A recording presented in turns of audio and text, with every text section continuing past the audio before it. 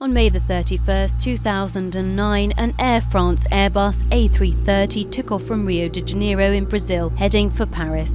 It was 10:29 Coordinated Universal Time. On board flight AF447, there were 12 crew members, including 3 pilots and 216 passengers. 3 hours and 15 minutes into the flight, the crew communicated for the last time with Brazilian air traffic control. They were instructed to maintain cruising at flight level 350, an altitude of about 10,700 meters.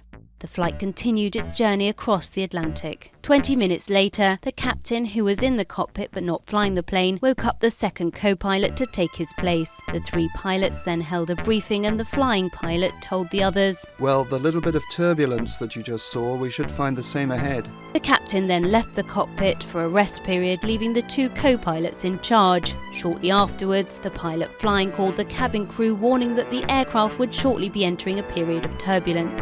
"In 2 minutes we ought to be in an area where it'll start moving about a bit more than now." The plane then made a course change of 12 degrees to the left. As the turbulence increased, the plane slowed down slightly. A couple of minutes later, the autopilot and then the auto thrust disconnected. The pilot in charge took over. "I have the controls." The plane began to roll to the right. The pilot responded by pulling the nose up. The stall warning triggered briefly twice in a row. Flight AF447's speed decreased rapidly from 500 kilometers an hour to just 110. Attempting to control the roll, the pilot increased the plane's pitch attitude.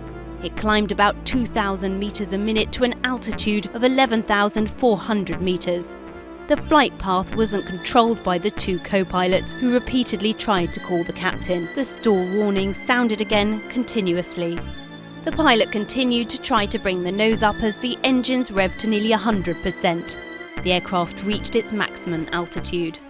They were then rejoined by the captain as the plane descended and rolled violently. During the following seconds, all of the recorded speeds became invalid and the stall warning stopped. It then triggered again as both co-pilots battled to control the plane. The stall situation lasted until the impact with the sea at 2:14 a.m. Universal Time. The last recorded data revealed a descent of 3,300 meters a minute and a ground speed of just 200 kilometers an hour. The whole incident lasted 3 minutes and 30 seconds.